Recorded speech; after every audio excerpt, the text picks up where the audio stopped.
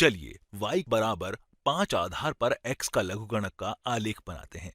हम इसे ऐसे भी कह सकते हैं कि यहाँ x प्राप्त करने के लिए हमें 5 की घात y को कितना बढ़ाना होगा, या फिर हम इस लघुगणकीय समीकरण को एक चर घातांकी समीकरण में लिखते हैं जिसका आधार 5 है और घातांक y है जिससे हम इसका आधार बढ़ाते हैं, और x वो है जो हमें 5 की घात y को बढ़ाने पर मिलती है। तो हम इसे अलग तरीके से लिखते हैं जो 5 की घात y बराबर x होगी। यहाँ ये समान चीज है। यहाँ हमारे पास x का फलन y है और यहाँ y का फलन x है, लेकिन ये वास्तव में समान चीज है। यहाँ x प्राप्त करने के लिए 5 की घात y तक बढ़ाते हैं, लेकिन जब हम इसे लघुगणक में लिखते हैं तो हम कहते हैं कि x प्राप्त करने के लिए 5 की घात कितनी बढ़ानी चाहिए। अच्छा, तो हम इसकी घात y तक बढ़ाते हैं। हम इसे ऐसे भी कह सकते हैं कि जब हम 5 की घात y तक बढ़ाते हैं तब हमें x मिलता है। चलिए अब हम यहाँ एक सारणी मतलब टेबल बनाते हैं जिसका उपयोग हम बिंदुओं को अंकित करने में कर सकते हैं, और हम बिंदुओं को मिला सकते हैं जिससे हमें एक वक्र मतलब कर्व दिखाई देगा। चलिए यहाँ कुछ x और y के मान लेते हैं और सामान्यतः कुछ संख्याओं को लेते हैं जिससे हमें कुछ उचित उत्तर मिले, क्योंकि उचित संख्याओं को लेने पर हम कैलकुलेटर का प्रयोग नहीं करते हैं। सामान्यतः हम x के मान लेते हैं, जहां 5 की घात को बढ़ाने पर हमें x का मान मिलता है जो एक वास्तविक घात है। हम इसे अलग तरीके से भी सोच सकते हैं, या यूं कहें कि हम यहाँ 5 की घात y के विभिन्न मान ले सकते हैं जिससे हमें x के विभिन्न मान मिल सकते हैं। यहाँ x के वास्तविक मानों को पता करने के लिए हम इसके बारे में सोच सकते हैं, लेकिन मैं यहाँ स्पष्ट कर देना चाहता हूँ कि जब हम इसे इस तरह व्यक्त करते हैं तो ये x एक स्वतंत्र चर मतलब इंडिपेंडेंट वेरिएबल है और y एक परतंत्र चर या डिपेंडेंट वेरिएबल है। यहाँ पर हम x के कुछ ऐसे मानों को ले सकते हैं जो हमें y के उचित मान देंगे, लेकिन यहाँ वास्तव में हमें सबसे पहले y के मानों को पता करना है जिससे हमें x के उचित उत्तर मिलते हैं। तो चलिए यहाँ 5 की घात, आइए इसे नए रंग से लिखते हैं। ऋणात्मक 2, ऋणात्मक 1, 0, 1 और 2 लेते हैं। हम कह सकते हैं कि यह गैर परंपरागत है क्योंकि हमने परतंत्र चर को पहले रखा है, लेकिन हमने इसे यहां इस तरह लिखा है जिससे कि हम आसानी से पता कर सकें कि दिए हुए लघुगणकीय फलन के लिए इस स्वतंत्र चर का मान क्या होना चाहिए। जब y बराबर ऋणात्मक 2 है तब हमें x क्या मिलेगा, या यूं कहें कि x का मान क्या होगा जब y बराबर ऋणात्मक 2 है, तो 5 की घात ऋणात्मक 2 x के बराबर होगा। हम 5 की घात ऋणात्मक 2 को 1/25 भी कहते हैं, इसलिए हमें 1/25 मिलता है। दूसरे तरीके से हम इसे 5 आधार पर 1/25 का लघुगणक कह सकते हैं। तो चलिए देखते हैं कि 1/25 प्राप्त करने के लिए हमें 5 की घात को कितना बढ़ाना है। अच्छा, हमें इसकी घात ऋणात्मक 2 तक बढ़ाना है, या हम कह सकते हैं कि 5 की घात ऋणात्मक 2 1/25 के बराबर है। ये दोनों समान चीजें हैं। चलिए एक और करते हैं। अब देखते हैं कि 5 की घात ऋणात्मक 1 तक बढ़ाने पर क्या होगा। ठीक है, यहां हमें 1/5 मिलता है और इसके लिए हम इसे ठीक यहां 5 आधार पर 1/5 का लघुगणक कहते हैं।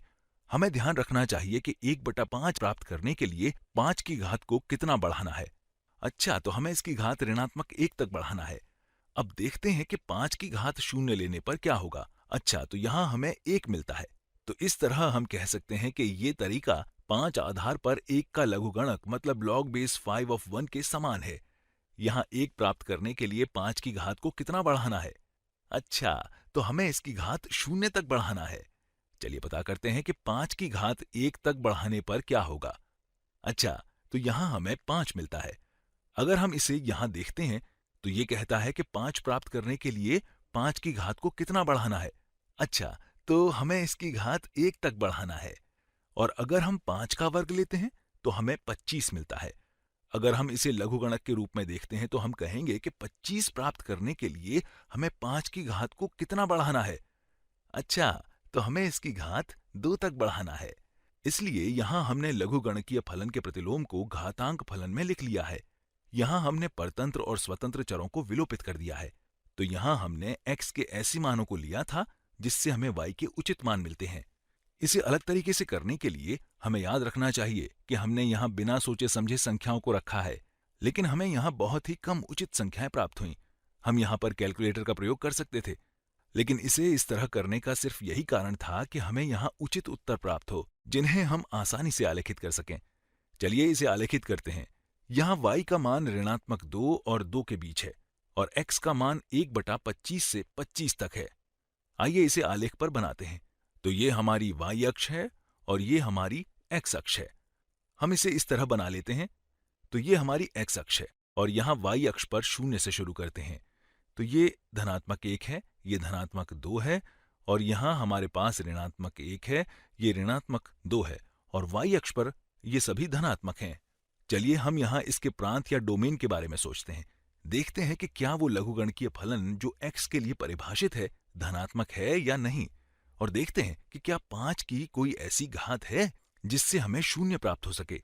यहाँ हम ऐसा नहीं कर सकते हैं, क्योंकि जब हम 5 की घात ऋणात्मक अनंत तक बढ़ाते हैं तो हमें बहुत ही छोटी संख्या प्राप्त होती है, लेकिन हमें 0 प्राप्त नहीं होती है।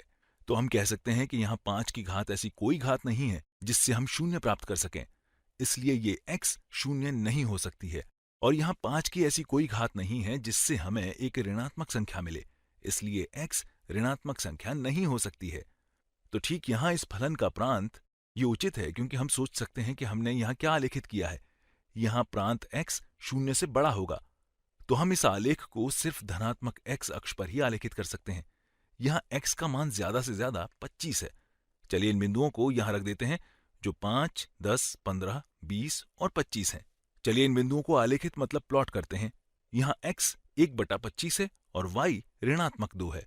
जब x बराबर 1/25 है तो ये वास्तव में इसके बहुत निकटतम होगा, और यहाँ y बराबर ऋणात्मक 2 है, जो ठीक यहाँ होगा। यहाँ 1/25 y अक्ष पर नहीं बल्कि इसके बहुत निकट है। तो ठीक यहाँ ये 1/25 ऋणात्मक 2 है, और जब x बराबर 1/5 है, जो थोड़ा दाईं तरफ प्रतीत होता है, जबकि y बराबर ऋणात्मक 1 यहाँ है। तो ठीक यहाँ ये 1/5 ऋणात्मक 1 है, और जब x बराबर 1 और y बराबर 0 है तो बिंदु 1, 0 यहाँ पर है, और जब x बराबर 5 और y बराबर 1 है तो बिंदु 5, 1 ठीक यहाँ पर है, और आखिर में जब x बराबर 25 और y बराबर 2 है तो बिंदु 25, 2 ठीक यहाँ होगा। अब हम इस फलन का आलेख बना सकते हैं। चलिए इसे गुलाबी रंग से लिखते हैं। तो जब x बहुत ही छोटा है और y ऋणात्मक अनंत या नेगेटिव इन्फिनिटी है, देखते हैं कि यहाँ बिंदु 0.0001 प्राप्त करने के लिए हमें 5 की घात को कितना बढ़ाना है। ठीक है, हमें यहाँ बहुत ही ऋणात्मक घात बढ़ाना है, इसलिए जैसे जैसे हम 0 की तरफ जाते हैं तो हमें बहुत ही ऋणात्मक मान मिलता है, और इस आलेख को हम ऊपर की ओर बढ़ाते हैं, जो दाईं तरफ एक वक्र या कर्व की तरह बनना शुरू होता है, और यहाँ ये नीचे की ओर इसी तरह बढ़ते जाएगा, जो कभी भी y अक्ष को स्पर्श नहीं करेगी, या यूं कहें कि ये नीचे जाने पर इसके बहुत ही निकट हो जाती है, लेकिन ये कभी भी y अक्ष को स्पर्श नहीं करती है।